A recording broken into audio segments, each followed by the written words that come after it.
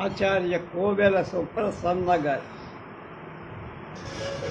సహృదయ చక్రం 5వ భాగం 3/8/26 హరిహరనాథ తత్వం. ఆంధ్ర మహాభారతాన్ని తిక్కనగా హరిహరనాథుడికి అంకితం చేశారు. ఆయన కల్పించిన ఈ హరిహరమూర్తి అపూర్వమై ఈ ఇరువురకు అభేదం అనేక స్థలాలలో ప్రతిపాదింప. కానీ అలా భావమూర్తి కల్పనం ఎవరు చేయ. భారతం నరనారాయణ మహిమా ప్రబోధకమైన గ్రంథం. నారాయణం నమస్కృత్య భగవాన్ వాసుదేవోత్తర కీర్త్యతే సనాతన. ఇలాంటి వాక్యాలే ఎందుకు ప్రమా. ఈ భారతానికి కర్త సాక్షాత్తు నారాయణ అంశుడైన కృష్ణద్వైపాయ్. దానిని తిక్కన గారు అనవది. ఆయన మహేశ్వరాంఘ్రి కమల జానైకశీరుడు, చిత్త నిత్యస్థిత శివుడు, సేవాతర్పిత శశాంక శేఖర్. కానీ తిక్కన గారి భావం వీర శైవం కాదు, అద్వైత వేదాంత జ్ఞానంతో కూడింది. వైదిక మార్గ నిష్టం. భారతం పంచమవే లోకహిత నిష్టంభూని కావించన్ ధర్మాద్వైత స్థితి భారతాక్షమగు లక్ష్యంపైన ఆమ్నాయమున్ అని వ్యాసుని గురించి తిక్కన గారు చెప్పు. ఇది లక్ష్యమైన ఆమ్నాయం. ఇందు ధర్మ అద్వైత స్థితి నాటికి అలేఖ్యాలు అపౌరుషేయాలు అయిన వేదాలలో ధర్మాలకు అద్వైత స్థితి లేదన్నమాట. వేదాలలో కర్మకాండకు జ్ఞానకాండకు మధ్య అగాధము.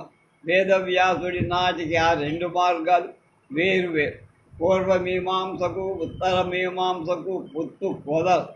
ఆ స్థితి వేదాలలో ధర్మానికి కలిగిన ద్వైధీభావం.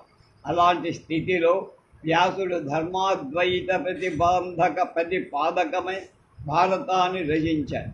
అలా ధర్మాద్వైతం అంటే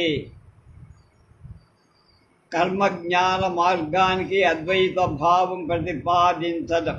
ఈ రెండు మార్గాలు పరస్పర విరుద్ధాలై వీటికి అద్వైత భావం కల్పించడం ఎట్లా? కర్మజ్ఞానం ఎలా అవుతుంది? ఈ ప్రశ్నలకు సమాధానానికి భారత నాయకుడైన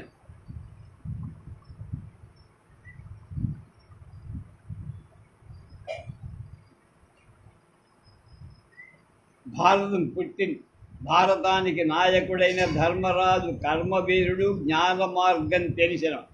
భారతం సర్పయాగంతో ప్రారంభమై స్వర్గారోహణతో ముగిసి సర్పయాగం కర్మ ఫలానికి సంబంధి. ధర్మరాజు స్వర్గారోహణంలో వైర మత్సర స్నేహ సంవాస లౌల్య గర్వ శోకాదులై ఉద్గత వికారముల పరంగి నిర్ధూమత్వమున వెలుంగు పావకుడు బోలే శోభిల్లాడని జ్ఞాని జనైక సాధ్యమైన సుస్థితి కల్పించడం.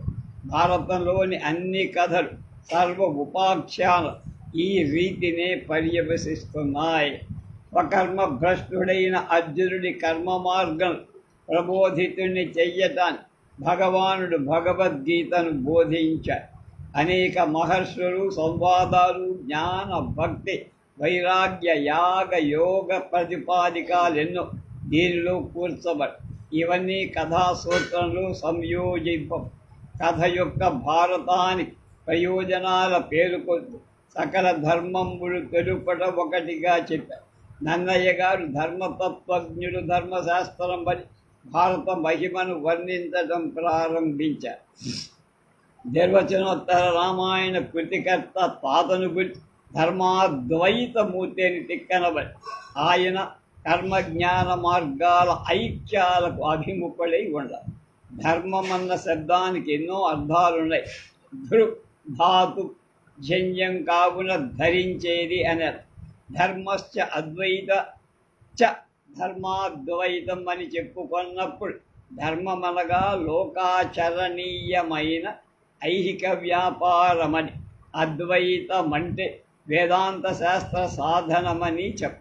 ఈ సమాజానికి ధర్మమైన అద్వైతమని అర్థం చెప్పి వాటి రెండికి అభేదం కల్పించవ. లోకంలో సత్య అహింస అన్న రెండు ధర్మాలు ఉన్నాయి.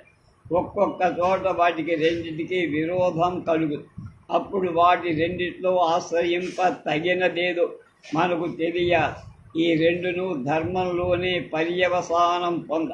ఈ విషయం కొన్ని ఉపాఖ్యానాల వల్ల వ్యాఖ్యానింపబడి కర్ణ పర్వంలో అత్యవ్రతుడైన ఒక బ్రాహ్మణుడు వృత్తాంతం, అశ్వమేధ పర్వంలో శ్రాద్ధం చేయబోయే జమదగ్ని అక్రోధనత్వం మొదలైన చోట్ల ఈ ధర్మాల సంఘర్షణం సూచించబడి ఆయా సమయాలను మనం ఎలా ప్రవర్తించాలో చెప్పబడి, ఇందువల్ల ధర్మాద్వైతం అంటే రెండు ధర్మాలు, నిత్య ధర్మాలు, ఆపద్ధర్మాలు సంఘర్షించిన వాటి సమన్వయం ఎలా చేయాలో సూచించడమని కొందరు వ్యాఖ్యానించారు. మనం చెప్పేటువంటి అర్థం నిర్వచనోత్తర రామాయణ సందర్భం కూడా అతుకేగా ఉండాలి. వివిధ ధర్మాల సమన్వయం అనేది చెప్పితే ఇక్కడ సమన్వయమైనే అవుతాయి. తిక్కన ధర్మాద్వైతమన్న హరిహర భేదం అన్న ఒకటే అని కొందరు చెప్పు. ఈ మతానికి శైవ మత వైష్ణవుడు రెండు ధర్మాలు, వాటి రెండుకి తిక్కన గారు అభేదం ప్రతిపాదించారు. కానీ తిక్కన గారి వేదాంత మార్గాన్ని శైవ వైష్ణవుల పోలికే లేదు. ఆయన అద్వైతి. ఆయన ప్రతిపాదించింది ఆ మూర్తులకు అభేదమే కానీ మతాలకు కాదు. ఈ హరిహరనాథుడెవడు? వేదాలలో కానీ తర్వాత పురాణ ఇతిహాసాల్లో కానీ అంతగా ప్రసక్తి కలిగి భారతదేశంలో ఈ దేవాలయాలు ఈ దేవాలయం లేదు. కర్ణాటక దేశంలో తిక్కన గారి కొంచెం పూర్వం హరిహరాలయములున్నట్టు విమర్శకులు అంటారు. శైవులలో అర్ధనారీశ్వర కల్పన. ఈ మూర్తిలో శివుడొక పార్శ్వం, వేరొక పార్శ్వం అమ్మవారు. భక్తులు ఆది దంపతులు ఈ మూర్తి యందు పూజ చేస్తారు. హరిహరనాథమూర్తి కల్పన మలాక. ఆయన యందు శైవ వైష్ణవ చిహ్నాలు సర్వం కనిపిస్తాయి. కానీ ఆయన శివుడు కాదు, విష్ణువు కాదు.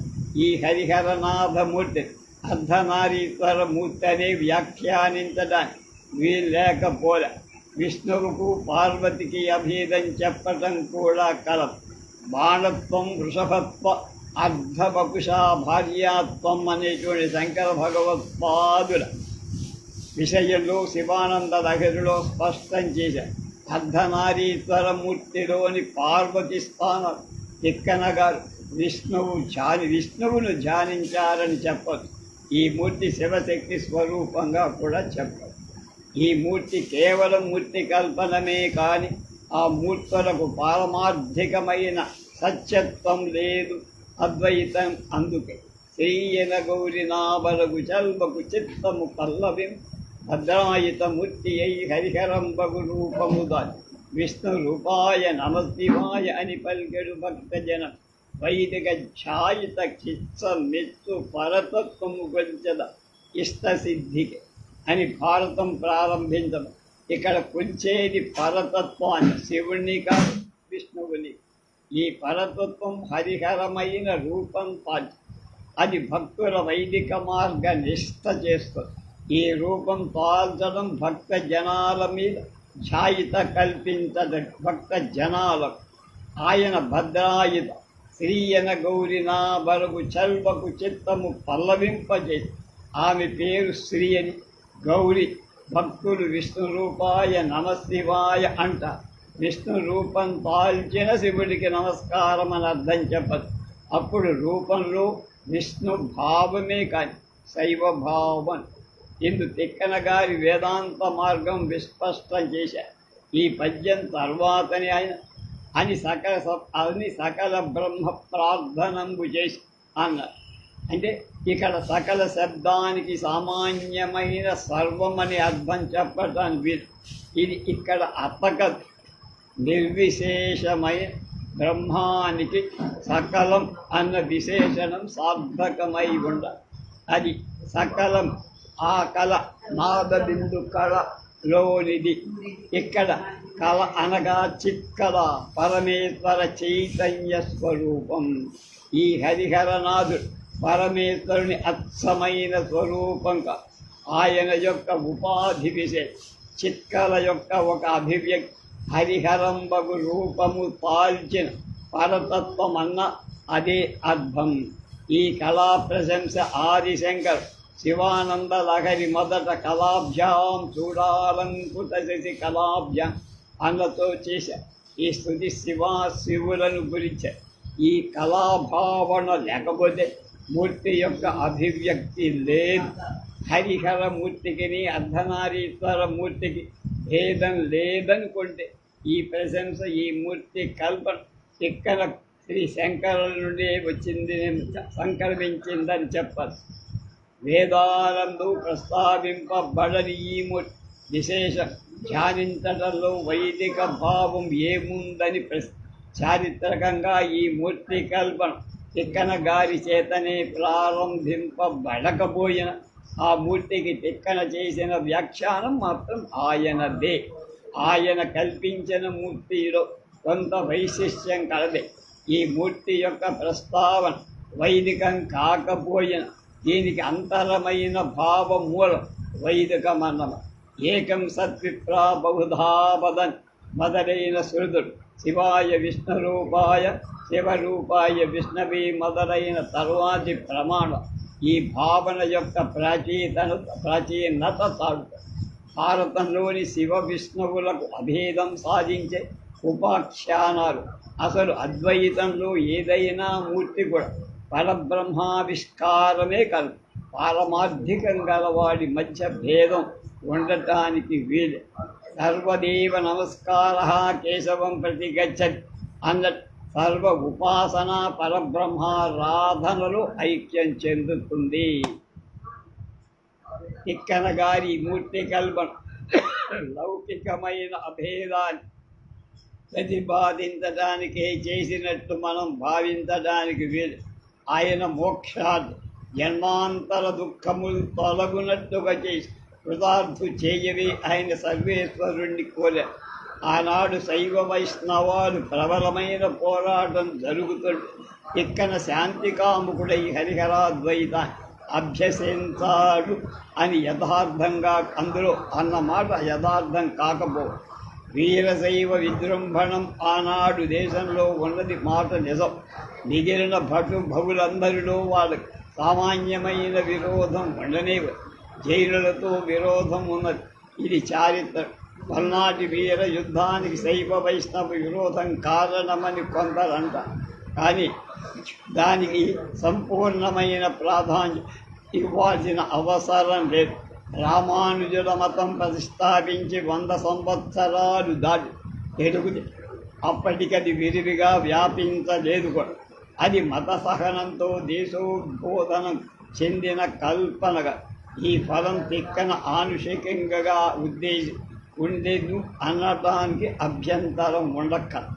నాచన సోమనాథుల హరిహర స్తుతికి తిక్కన హరిహర స్తుతికి భేదం.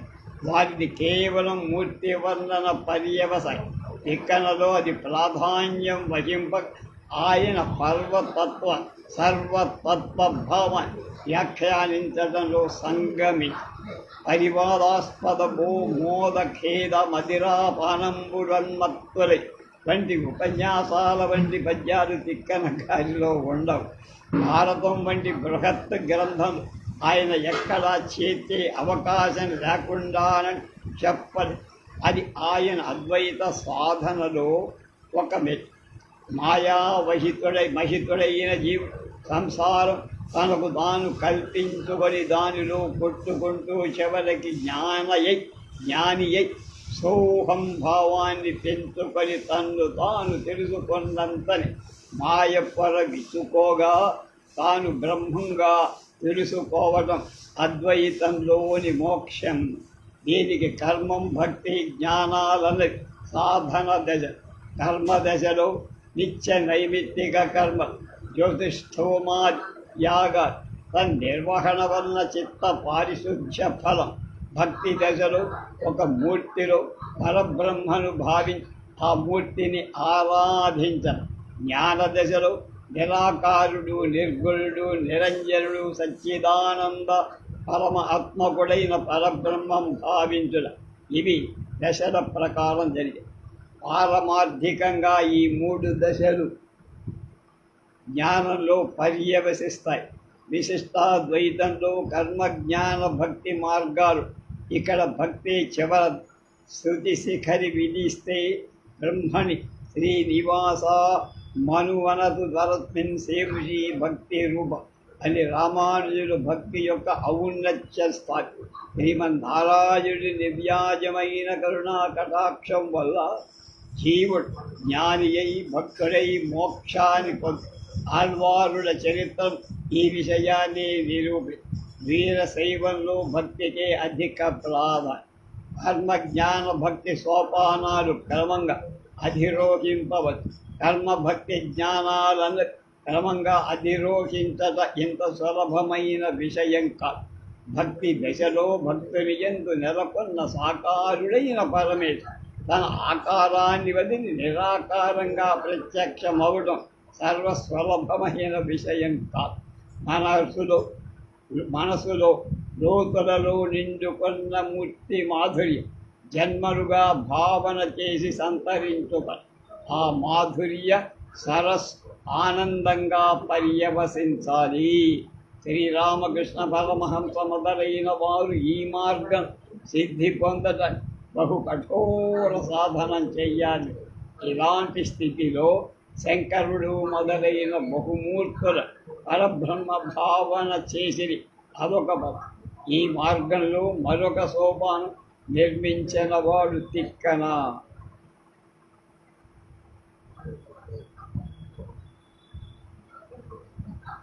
ఇందులో సాధకుడు ఉపాసించేది సాకారమైన తత్వాన్ని, కానీ దీనిలో రూపం నిలవ, దానికి అస్తిత్వం లేదు, ప్రాధాన్యత లేదు, మూర్తి యొక్క విచ్ఛిత్తి కూడా ఉన్నది. ఈ రూపానికి అరూపంలో ఐక్యత. అందువల్ల హరిహరనాథ కల్పనం అర్ధనారీతర కల్పన అన్నట్టుగా ఒక పార్శ్వం యొక్క మూర్తిగా చేయబడల. తిక్కన గారి హరిహర సాక్షాత్కారం కలిగిన స్వప్న వృత్తాంతం చాలా మనోజ్ఞ. కవితా రచనలో భావన తీవ్రత్వంలో అది అనన్య సాధారణంగా కనిపిస్తుంది. ఆయనకు సర్వేశ్వరుడు ఎలా సాక్షాత్కరించాడు? కరుణారసము పొంగి త్వరగిడి చాట్పడు శశిరేఖ నమృతంబు జారువారు హారి హరపాత్ర వారి నిరపాత్రిక సురభి చందమున గంధ గతినాభిధవల పంకజ నెర గురి అయిన చెలుగుల నెరసిన లోక రక్షణముల కరంబు ఛాయబో కథమాద్రిడో తెంచు భాను బింబమునాన్ వరమ్మున కౌస్తుభ రత్నమొప్ప స్వర నదియును పాడిందియు బెరసికొన్ కాంతి పూరంబు శోభిల్లు శాంతము నా మనంబు నానంద మగ్నము చేయ ఎలమి సన్నిధి చేసే సర్వేశ్వరుడు. మొదటగా భక్తుడికి భగవంతుడి ఎందు కనపడేది కరుణ అని. అది ఆయనలో పొంగిపోతోంది. అది అమృతం. అమృతం అంటే మోక్షం. ఈ కరుణను అమృతాన్ని కలిపి బంధించిన తిక్కన భక్తి జ్ఞానాలకు ఒక వారధి సేతు కట్టారు. తరువాత నాభియందు ధవళ పంకజ గళంలో కరళ ఛాయ గరళ ఛాయ గురంలో కౌస్తుభ గోచరించాయి. శిశిరేఖ గరళ ఛాయ శైవ చిహ్నాలు నాభి పంకజం కౌస్తుభరత్నం వైష్ణవజ కరుణా స్వరూపుడని వర్ణించిన కవి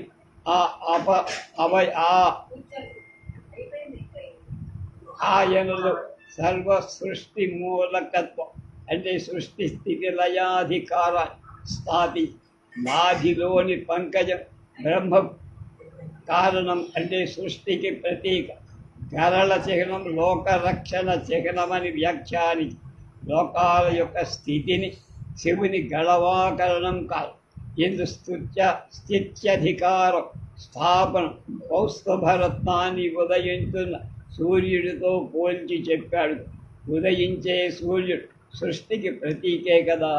అంటే ఇది పునఃసృష్టి అంటే లయం ఇందులో అంతర్భాగమై లయాన్ని సూచించగా పునఃసృష్టిని సూచించడం ఈ వ్యాపారం యొక్క అఖండ భావం అభివ్యక్తమవుతోంది. అనంతరం గీతంలో ఈ పద్యం యొక్క పరమార్థం స్వరనది కాడింది బెరసి కొన్న కాంతిపూరంబు శోభిల్ శాంతం. ఈ నదులు రెండు శైవ వైష్ణవాలైనాయి. వాళ్ళ శరీర వర్ణాలు కూడా అలాంటి. కానీ ఈ రెండు నదుల ప్రవాహాలు కలిసాయి. అప్పటి కాంతి ఆ రెంటికన్నా భిన్నమై వాటిలోనే ఒకటి కాదు, వాటికి అతీతమైంది. ఏ ఒకటి కాదు, తెలుగు కాదు, నలుపు కాదు, అతీతం. ఈ సంగమమందు అది గంగ నీరు, ఇది యమున నీరని భేదం కనపడు. అక్కడి నీరి తనమే, అంటే నీళ్లు అనేది మాత్రమే, కానీ గంగత్వం యమునాత్వం లేదు. కనుక ఈ హరిహరమూర్తిలో దివ్యత్వమే కానీ హరిహరత్వాలు మిగులలే. వాటిలో భేదం ఏమాత్రం ఎంచినా అది అజ్ఞత కింద. ఈ కాంతి పొరలో శైవ వైష్ణవాల చిహ్నాల ప్రత్యేకతలు అడిగిపో. వీటన్నిటికీ అతీతమై కాంతి పూరం మాత్రం నిలిచి ఉంది. ఈ మూర్తి వైష్ణవమైన శృంగారం కాల, శైవమైన రౌద్రము కాల. అది శాంతం, సర్వరస పర్యవసాయి, ఆనందమే దాని ఫలం. అందువలనే సర్వేశ్వరుడు మనంబును ఆనందమగ్నముగా సేయ సాక్షాత్కరించినట్టు చిక్కనగా హరిహరనాథుడు శాంతము. కావ్యం శాంతరస ప్రధానమైన మహాభారతం. కవి యొక్క చిత్తవృత్తి కూడా శాంతం. సాధనకు పాండిత్యం కలవాడికి భేదము.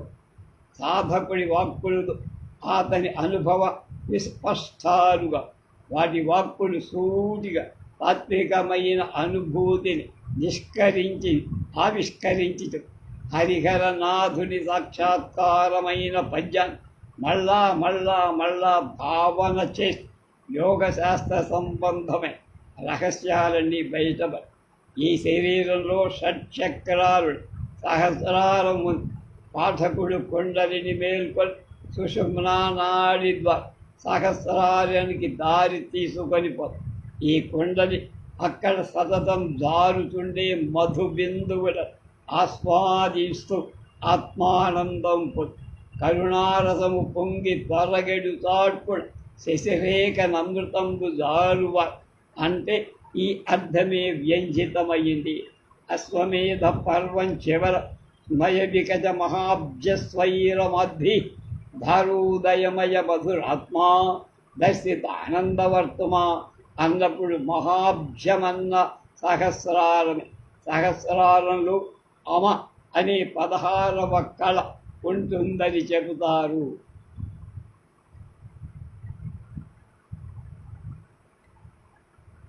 ఇక్కడ శశికళ చెప్పబడటం చేతి ఈ ఊహకు ప్రోద్బలంగా హరినీల పత్రిక స్వరభి చందనమున్న గతినాభి ధవళ పంకజము మెర అనేటువంటి చోట నాభి పంకజ స్థానం మణిపూర చక్రానికి చెంది కంఠంలోని గరళ చిహ్నం పేర్కొనట అక్కడ విశుద్ధి చక్రాన్ని చెప్ప.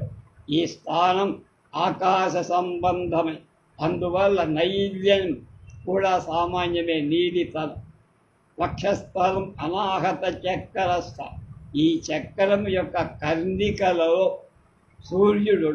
ఈ విషయమే కౌస్తుభరత్నం సూర్యుడితో పోల్చడానికి చెయ్యబడి బ్రహ్మాండంలో సుషుమ్నతో పాటు ఇలా పింగళ నాడులున్న వీటికి గంగా యమున నది పేరు.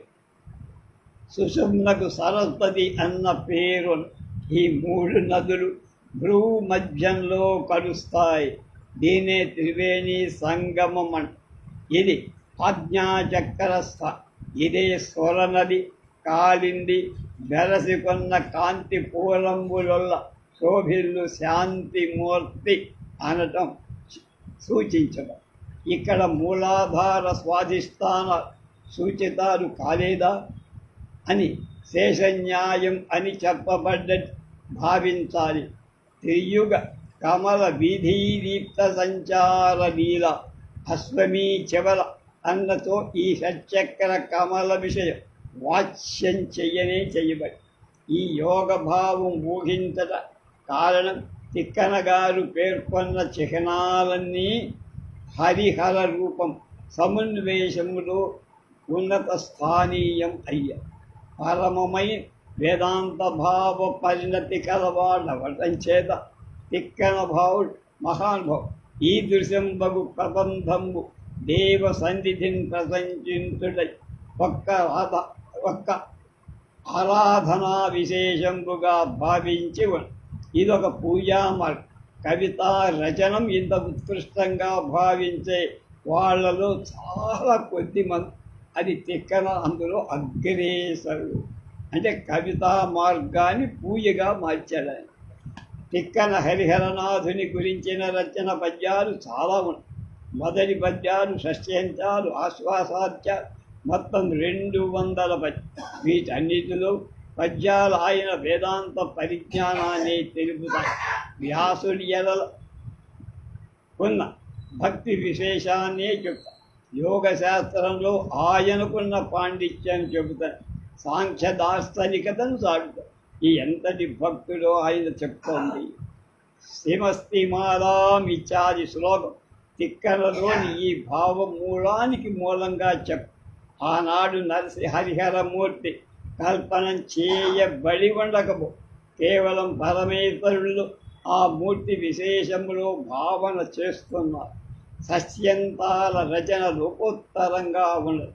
దానిలో ఒక చమత్కారం ఓంకార వాచ్యులకు అని మొదలుపెట్టి హరిహర చిహ్నము లేకుండా సర్వేశ్వరాభివర్ణనం చేసిన చివర హరిహరనాథున మరుత్సరిదా కల్పిత మనోజ్ఞ చరణశిర సుందరమూర్తికి భావన తత్పర అని రాజ. ఈ చివరి పద్యంలో హరిహరనాథ ప్రస్తావన ఇక్కడ చేశారు. ఆయన గంగానది చేత శరణ శిరస్సులందరి అలంకరింప చెయ్య. ఈ కల్పితం అంటే శిరస్సు నుండి చరణాల చుట్టుగా చుట్టబడిందని అర్థం. ఈ గంగా ప్రవాహం హరిహరనాథుని మూర్తి ఆచ్ఛాదిస్తే కప్పేస్తూ ఇక్కడ గంగా ప్రవాహమే కనిపిస్తుంది కానీ మూర్తి అందువలనే షష్ట్యంతాలలో మూర్తి సంబంధమైన వర్ణనది. తిక్కన గారి హరిహరనాథోపాసన అంత విశిష్టం. అది స్వరూప ఉపాసన నుండి అరూప ఉపాసన భక్తుడు చేరుకోవటానికి ఏర్పడిన మెట్లు నిశ్రేణిక భక్తి జ్ఞాన మార్గాల సంగము. ఆయన రచించిన ఏతత్ సంబంధమే 250 పద్య విశిష్టాలైన కవితా లక్షణంక సాత్విక చిత్తవృత్తి యొక్క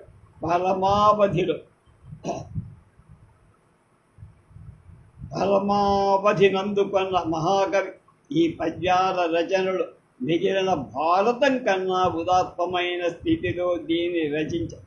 ఇది ఒక విధంగా ఒక ఉపనిషత్ అని చెప్పంటున్నాడు సుదర్శన శాస్త్రి. హరిహరనాథుణ్ణి ఈయన సంబోధించటం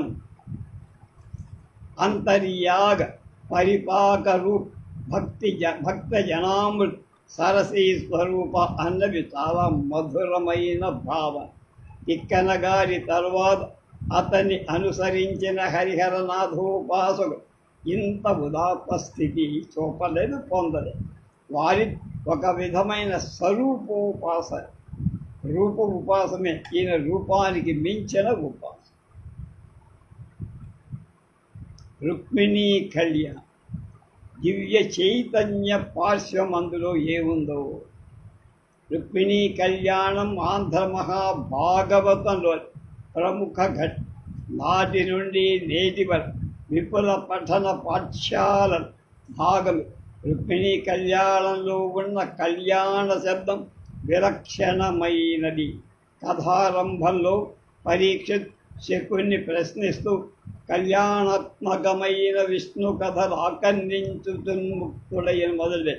రుక్మిణీ కళ్యాణం వినగా నాకు మదిలో కౌతూహలంబయ్య అని పలుకు.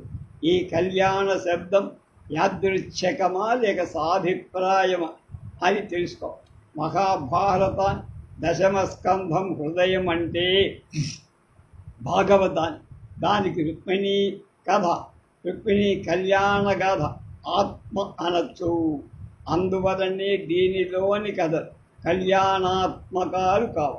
శ్రీమన్నారాయణునికి అనపాయిని అయిన మహాలక్ష్మి రాఘవత్వే భవేతి సీత రుక్మిణీ కృష్ణ జన్మని అన్నట్టుగా స్వామికి రుక్మిణి అయి వలచి వచ్చి ఆమె పేరు విలక్షణమైనది.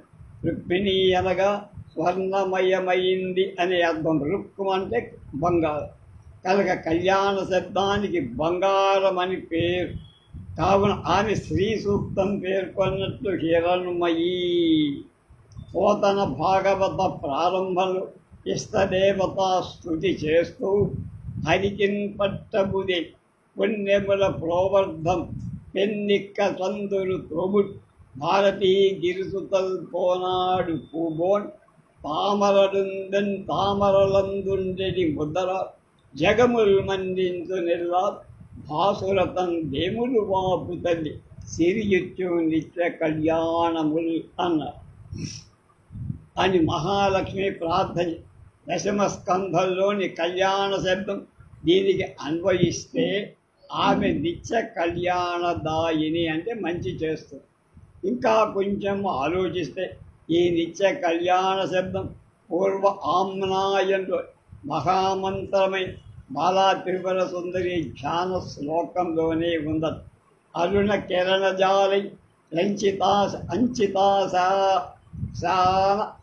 కాశాభ్యుద్ధత జపకొటికా పుస్తకా భీతిహస్త ఇతరవరకరాఢ్యావల్లకల్హార సంస్థ నివసతు హులి బాలా నిత్య కళ్యాణశీల అరుణ కిరణజాలైరంచితాశాపక సంచితాకా అంచితాశావ కాశ నిర్ధృత జనపటీకా పుస్తకా భీతిహస్త ఇతరవరకరాఢ్యాఫుల్లకల్హార సంస్థ నివసతు హులి బాలానిత్య కళ్యాణశీల. శ్రీ బాలా త్రిపుర సుందరి నిత్య కళ్యాణశీల. పోతన స్తుతించిన మహాలక్ష్మి కూడా నిత్య కళ్యాణం. ఈ ఇద్దరు భిన్నులుగా కనపడవు, కానీ సూక్ష్మానుశీలంలో మహాలక్ష్మి స్వరూపులైన రుక్మిణి బాలే అంటే అమ్మవారు. రుక్మిణి కళ్యాణాన్ని జాగ్రత్తగా పరిశీలిస్తే మనకు బాల అనే నామం రహస్యార్థ బోధకం ఇక్కడి నుండి పొదగబడినట్టు. బాలామణి రుక్మిణి కేశబంధురగుతు బాల కమలి బాలారత్నము తన కిల్లాలుగా చెచ్చెర బాలన్ బాలచికుర విహిత పాల ఎగుతూ అని ఉపాఖ్యానంలో బాలా శబ్దం రుక్మిణీ పరంగా 5 చోట్ల ప్రయోగి. సంస్కృత భాగవతంలో ఈ ఘట్టంలో బాలా ప్రయోగం శబ్దం ప్రయోగింపబడిన చోటు 2. ఏవం చింతయతి బాలా గోవిందాకృత చేతస తాం వై బాలాం విధిజ్ఞాన విప్రయోపితం నిత్య కళ్యాణశీలం బాలా శబ్ద ప్రయోగం పరిశీలించింది సాభిప్రాయ ప్రయోగంగా గోచరిస్తూ తిరుమలలోని బాలాజీ నేటికి నిత్య కళ్యాణశీలుడే కదా. శ్రీ బాలా త్రిపుర సుందరి 12 వర్ష వయస్సు. అలాగే రుక్మిణీదేవి వివాహ యోగ్య వయస్సులో ఉన్న 12 ఏళ్ల ప్రాయం కావచ్చు. రుక్మిణీ కళ్యాణాన్ని రచించిన పోతన ఈ గాథను 2 విధాలుగా దర్శించి ఇది ఒక యోగ సాధన. సాధకుడు కుండలిని యోగ మార్గంలో ఉద్గతిని పొంది సహస్రార స్థానమై అమృతత్వం పొంద. 2వ మార్గం పరమేశ్వరుడు భక్తానుగ్రహానికై దివ్య లోకం నుండి భూలోకానికి అవతరించడం వల్ల. 1 మంత్రం, 2వది వేదాంతం. ఈ 2 విధాలు అనుసంధించే ఆత్మార్పణం శరణం. యోగ మార్గంలో పరదేవత బాలా స్వరూపిణి రుక్మిణి శ్రీకృష్ణుడు సాధు.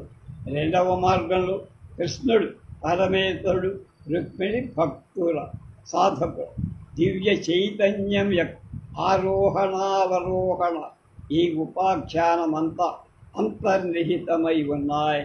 రుక్మిణీ కళ్యాణం చివర ఆదిలక్ష్మి అయిన రుక్మిణి అని పేర్కొ ఆదిలక్ష్మి అంతం చేసి ఆయమ విష్ణుపతి అనపాయి వైష్ణవ సంప్రదాయాన్ని అనుసరించి ఆది శేషత్వం పారతంత్ర్యం పురుషకారం మొదలైన సమూహ శ్రీ అరవిందులు మాతృతత్వ వివేచనం చేస్తూ సౌందర్య సామరస్య సమష్టిమూర్తిగా మహాలక్ష్మిని అభివందించ సత్తాది విశుద్ధుడైన శ్రీ భగవంతుడే శ్రీ అని అతడు శ్రీరూప నిత్య విగ్రహాంతర విశిష్టుడని దైత్య మోహన భూమికా పరిగ్రహణం వలనే భోగ నిమిత్తమై ఒకనొక కాంతా విగ్రహం పరిగ్రహింపగా ఆ రూపమే శ్రీ అని సంప్రదాయజ్ఞులు చెప్తారు. ఈ విషయాలు పరిశీలింపగా విశిష్టాద్వైత సంప్రదాయం కూడా పరమేశ్వరుడిలాగానే పరాశక్తి రూపాన్ని భావించిందేమో అన్న అనుమానం కలగకమా. వేరొక వైపు శేషీ భావం కూడా ప్రతిపాది అహం శిష్యాజ దాసీజ భక్తాజ తవ మాధవ ఇలాంటి వచనాలు కూడా పుష్కలం. శ్రీకృష్ణుని అష్టమహిషుల విషయం కూడా తాత్వికంగా సర్వం ప్రకృతి యొక్క అంశం. రుక్మిణి మూల ప్రకృతి, జాంబవతి మహత్, సత్యభామ అహంకార, కాళింది ఆకాశ, మిత్రవింద వాయు, నాగ్గనజితి అగ్ని, భద్ర జన, లక్ష్మణ భూమి అవి ప్రతీకాత్మలుగా వ్యాఖ్యానింపబడి రుక్మిణి మూల ప్రకృతి సర్వేతర మహిషీ లక్షణాలకు ఆలంబనమవు. ప్రకృతిలో రెండు లక్షణాలు, దానిలోని ఒక లక్షణం పరమేశ్వరుని దివ్యత్వ లక్షణ ఆవిష్కరించుకొనగలిగి అది ఉద్గతి హేతు పైకి. రెండవది తానుగా ప్రకృతి లక్షణంగా పరిణమించేది. ఇది జడం వైపుగా దిగి వస్తుంది.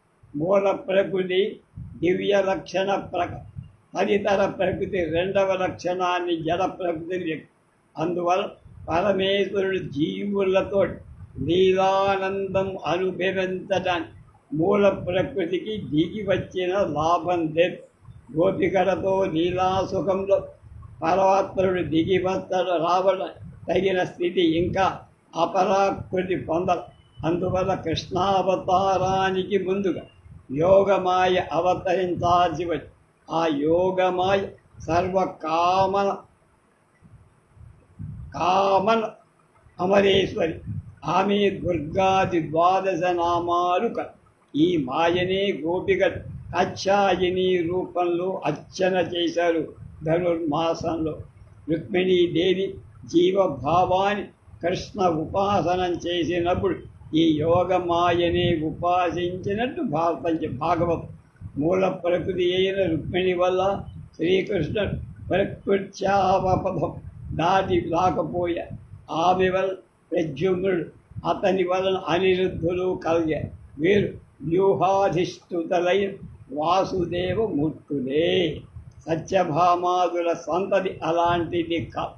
శ్రీ బాలా త్రిపుర సుందరి అంటే శ్రీదేవిగా వర్ణింపబడిన రుక్మిణీదేవి జగన్. ఆమె అకలంకామృతాధార, అమృతస్యంది, క్షీరోద సంభవ. లక్ష్మీదేవి క్షీరార్ణవ సముద్భవం అవటం వల్ల ఆమె అమృతం అవటంలో వింతేంది. చంద్ర సహోదరి అని పేర్కొనడం కూడా అమృత గుణ స్థాపనమే కనుక ఇతర లక్షణాలు నిరాకరించటానికి కాదు.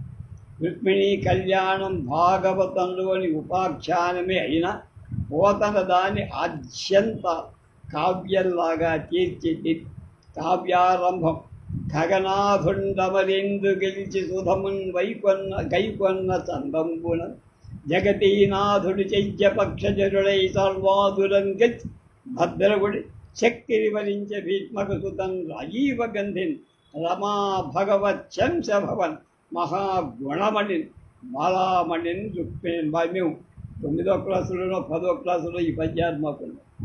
ఈ పద్యంలో కృష్ణుడు సాధ్య రుక్మిణి. ఉపమని గ్రహిస్తే ఆయన ఖగనాథ్, ఆమె సుధా అంటే అమృతం. కావ్యారంభమే కాక పద్యారంభం కూడా విశిష్టమైన ఉపమాలంకారంలో కోర్చడం దాని ప్రాధాన్యత వివరి. ఖగనాథుడు గరుడు, సుపర్ణుడు. ఈ గరుడు వేదాధిష్టాతృ దేవతగా వేదాత్మా విహగేశ్వరు చతుశ్లోకంలో వేదం పరబ్రహ్మ ప్రకాశకం. సుపర్ణుడు ప్రాణాధిక పంచాధికపతి. సుపర్ణ పర్వమని మనం దాదాపు సద్దినల్లో భక్తులు బ్రాహ్మణులు భోజనం చేస్తుండగా ఇది చదవటం నేను చాలా కాలం చేసి ఒక వ్యూహ విశేషంగా కూడా చెప్పచ్చు. స్తోత్రరత్నంలో శ్రీ యామునాచార్య దానసహా వాహన మానసం ధ్వజోయస్తే వితాం వ్యజంతమయీం ఉపస్థితం తేన పురో గరుత్మయ చ అంఘ్రి సంవర్ధ కిణాంక శోభిన అన్న. గరుడికి పరమాత్మ అన్న అనుబంధం. గాయత్రి జగతి చంద్రులు అతని పక్షాలు రెక్కలు. ఉష్ణ త్రిష్టు ఛందసు పృష్ఠాలు వెనకమ అతని ఛందోమయతవని. భాగవతం కూడా ఛందోమయేన గరుడేన అని వర్ణి. ఈ గరుడు శృతి వర్ణించిన ద్వాసుపర్ణామంతరంలోని జీవభూతుడై అయిన పరమాత్మని సతుడైన ఒక పక్షి. పోతన ఈ ఖగనాథుడికి మరొక విశేషంతో ముగించాం. అది చక్రియ. చక్రి శ్రీకృష్ణుడమే సరే కాక మూలాధారాది చక్రాలు కూడా అందులో ఉన్నాయని చెప్పరు. ఖగనాథుడు కూడా చక్రే. అందువల్ల తల్లి అగ్ని జ్యోతరుడి సందేశం పంపుతూ చక్కెరికి విన్నవింపవే అని వేడు. అలాగే ఈ శబ్దం విదర్భ పూరజలు శ్రీకృష్ణుడి దర్శించిన కృష్ణుడి ఎలా పరస్పర యోగ్య వధూవరుడు చెప్పే పద్యంలో 3 సార్లు ప్రయోగి. అందువల్ల కథారంభంలో ఖగనాథ శబ్దానికి సామాన్యాలంకారమాత్ర ప్రయోజనమే కాదు, విలక్షణార్థ సిద్ధి కలుగుతుంది. ఖగనాథుడు దహరాకారంలో ఉండి సంచరించి సహస్రాలంతో 7 చక్రాలను 7 వ్యాహులను 7 లోకాలను ప్రతీకగా గ్రహి. వీటితో మూలాధార స్వాధిష్టాన మణిపూరక ప్రాకృతిమాలని విశుద్ధ్యాది చక్రాలు ప్రాకృతాలని అనాగతం రెంటి మధ్య ఒక వంతెన. ప్రాకృత చక్రాలు భూర్భువ స్వహ లోకాలకు ప్రతీక. ఈ మూడింటికి ఇంద్రుడు ప్రభు. అతన్ని జయిస్తే కానీ అమృత ప్రాప్తి రాదు. రెంటికి నడుమ ఒక బంగారు గోడ అనాహత సూర్యమండల స్థానం. అక్కడకు చేరితే ఖగనాథుడవుతాడు. అందువల్ల సూర్యుడు ఖగ హంస శబ్దాలు వాచకాలయ్యాయి, పర్యాయపదం. అక్కడకు చేరితే ప్రాకృత వాసనలేమి ఉండవు. అందువలననే భారతంలో గరుడోపాఖ్యానంలో సూర్య సామీప్యం చేరటం చేతని పాములని తప్పించి నేల మీద పడి ఖగనాథుడు అమరేందు గెలిచట ఇందుకోసం. అట్లయితే అమృతం చక్కెరికి రండి. ఈ పద్యంలోని పరమేశ్వరి లక్షణ రుక్మిణిలో ప్రతిపాది. ఇక్కడ బాలా శబ్దంలోని మణి శబ్దం బాలామణి ఉపయోగం. దీనికి పూర్వం విశేషణలో మహాగుణమణియు మణి శబ్దం కూడా. వేరొక చోట బాలారత్నమని కూడా. ఈ రత్నమణి శబ్ద దేవి నివాసమై సుధా సింధు మధ్యంలో మణిద్వీపాన్ని సూచిస్తుందేమో కొంచెం విచారించాలి అంటూ. ఆమె రమా భగవత్ శంసభవ.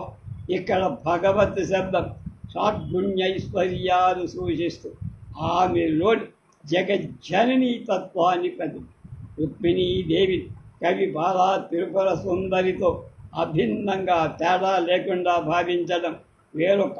బాల పూర్వామ్నాయంలోని ప్రధాన మంత్రం పూర్వామ్నాయం ఋగ్వేదాత్మకం. రుక్మిణీ నామం కూడా రు అంటే మామూలు రు. ఈ రెండు కూడా గాధికమే. రుగాధిక కేశవాది కళామాతృకాన్యాస వేళలో ఓ ఓంకారన్యాసం వాసుదేవుడి లక్ష్మీ సంపుడి చెప్ప వాసుదేవుడు లక్ష్మీ సంయోగాన్నే పరమాత్మ లక్షణ సంపూర్తి సిద్ధిస్తుందని బ్రహ్మవిత్ బ్రహ్మైవ భవతి అనరే కావ. అందువల్ల తగుని శక్తిని విదర్భరాజ సుతగున్ అనే పద్యంలో జనులకు ఉల్లాసం జీవేశ్వరుల సంయోగం స్ఫురింపజే. ఈ పద్యంలో విదర్భరాజసుత వైదర్భి అనే 2 మార్లు రుక్మిణి విశేషాలలో వైదర్భి ప్రసక్తి. విదర్భ అంటే దర్భలు లేదు, దర్భ మళ్ళా మొలకెత్తేటువంటి తృణమైన కర్మ సంబంధాన్ని సూచిస్తుంది కనుక ధర్మపాతే మళ్ళీ వస్తుంది కనుక విదర్భ అంటే పాతే మళ్ళీ రాని పుట్టుకనే కనుక తృణమైన కర్మ సంబంధాన్ని సూచిస్తుంది. ఈ విదర్భాన్ని చేత కర్మబంధం లేని పరమ పదాన్ని స్మరిస్తోంది. ఆ స్థానానికి చెందింది శ్రీకృష్ణుడు చక్రి అయి సంసార చక్రాన్ని తిరుగువాళి సాధకుడై సచక్ర వివేకం కని కుండలిని యోగం దాన్ని వృత్తని సహస్రారం చేరాడని ఒక రకమైన తాత్వ.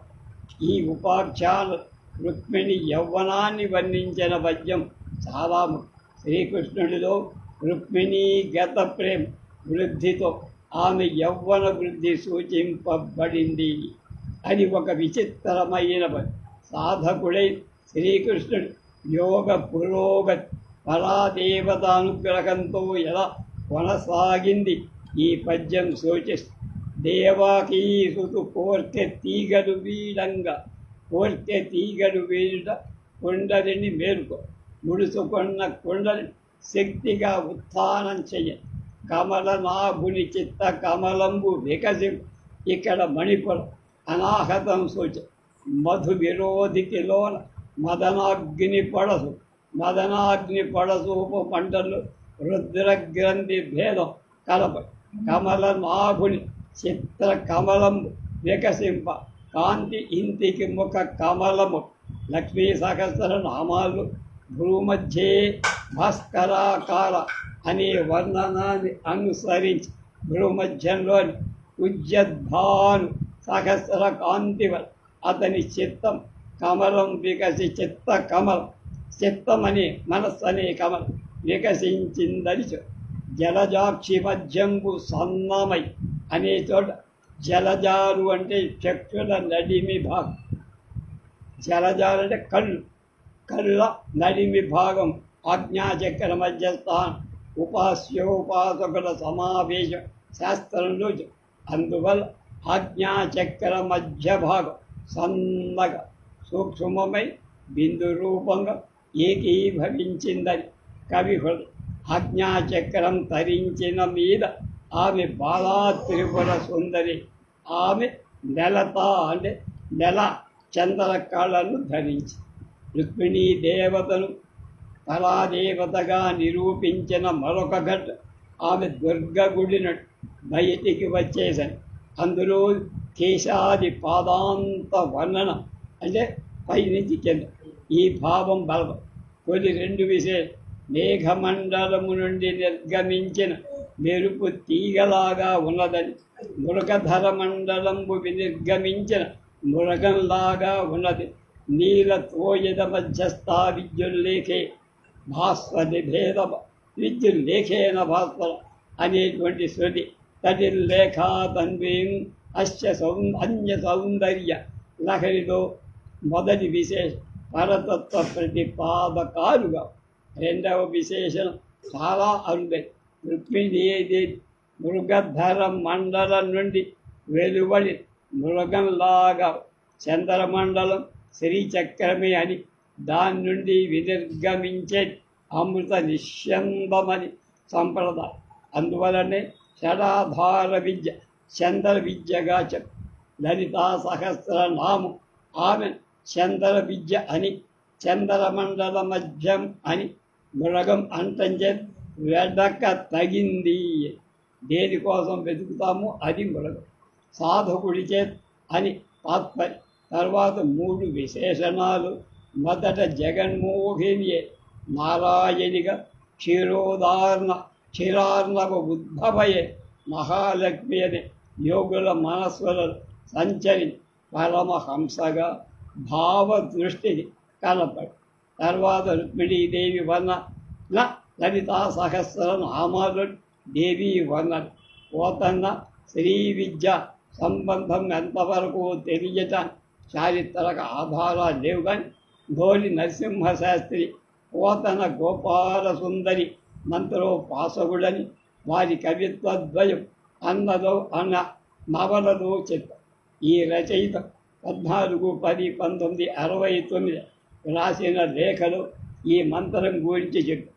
ఆమ్నాయ మందారంలో విధాత ఋషిగా చెప్పబడగా వారు విధాత్రానంద భైరవ ఋషులుగా పేరు. ఆమ్నాయ మందారంలో ధ్యాన శ్లోకం ఇది. అర్థం కోసౌణమధావర్ధం అంబుజనిభం బద్ధం దలాటస్రజ దర్హాకల్పితయ విలాసవదనం శ్రీపుంస మయం వైష్ణం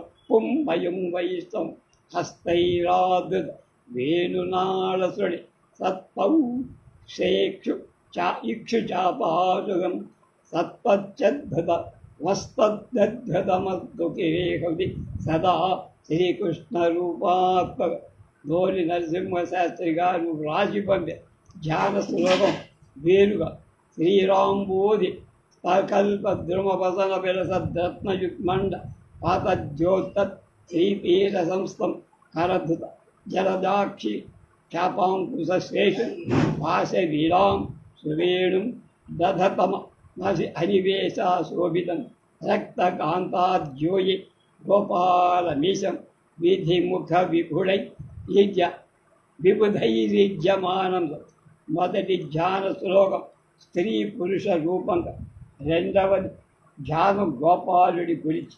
అతడు శ్రీచక్ర పీఠ మంత్రానికి తెలుగుదేశంలో ప్రచారం తక్కువని, వంగదేశంలో ప్రశస్తిలో ఉన్నది శాస్త్రి గారు చెప్పారు. ఆయన మహా ఉపాసకుడు. వాళ్ళ అబ్బాయి సుబ్రహ్మణ్య శాస్త్రి గారు కూడా అంతకంటే.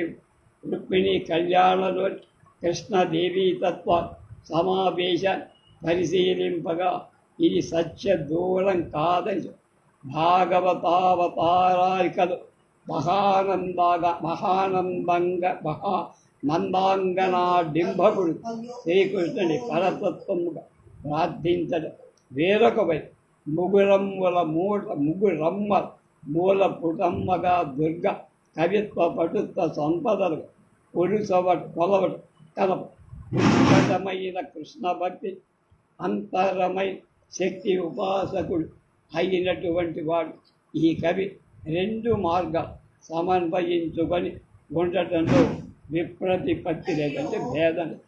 ఇంకా కొంతమంది రేపు చూద్దాం.